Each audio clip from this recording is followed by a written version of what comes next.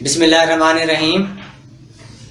آج ہمارے ساتھ HP نیوز 99 کے پروگرام میں موجود ہیں انیلا ریاض صاحبہ عرف نیلی پری. PTI کی بڑی ہارڈ ورکر ہیں اور میں تو یہ سمجھتا ہوں یہ PTI کے جو جیالیاں ہیں ان میں سے ٹاپ نمبر پر ہیں. آج کل چودھری سرور صاحب کے ساتھ اٹیچ ہیں, وہاں سے پاکستان کی خدمت کر رہی ہیں. میں خوش آمدید کہتا ہوں محترمہ آپ کو. تھینک یو, آپ کا بہت بہت شکریہ کہ آپ نے ہمیں اپنے پروگرام میں بلایا اور آپ کے پروگرام کے ذریعے ہم اپنی عوام تک جو بھی اپنے دل کی بات ہے ہم کہہ سکتے ہیں. بہت بہت شکریہ.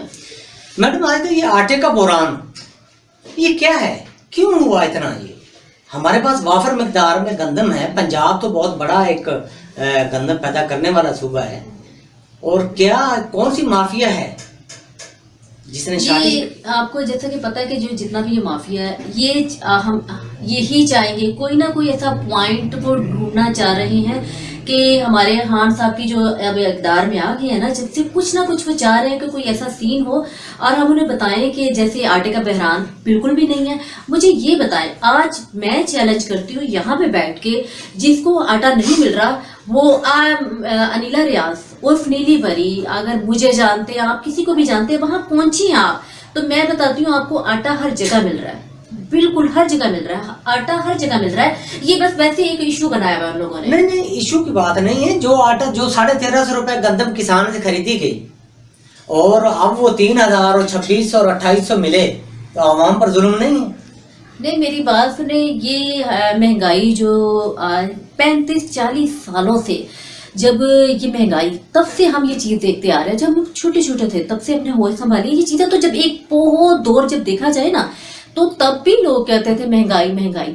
وہ مہنگائی اب کے کام نہیں آئی. اب جو ہمارے خان نے اگر تھوڑی سی ہم تکلیف سہلیں گے, ہمارے بچوں کا بہتر فیوچر برائٹ, ہمارے پاکستان میں امن, ہم یہ چیزیں چاہتے ہیں. ہم یہ چاہتے ہیں کہ ہمیں اب ایک اچھا پاکستان ملے. تو کیا ہم لوگ عوام مل کر اپنے خان صاحب کا ساتھ نہیں دے سکتے؟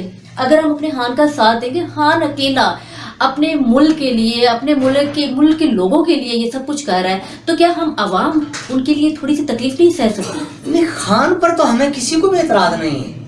کوئی نہیں کہہ سکتا, یہ چاہے وہ اپوزیشن والا ہو چاہے کوئی media person who, Imran Khan صاحب کو کوئی اس کی بدنیتی کوئی ثابت نہیں کر سکتا. وہ تو ایک ایماندار آدمی ہے, لیکن اس کے ساتھ جو لوگ آرٹیفیشل آئے ہوئے ہیں. میری بات سنیں, میں اب ایک مثال آپ کو دیتی ہوں.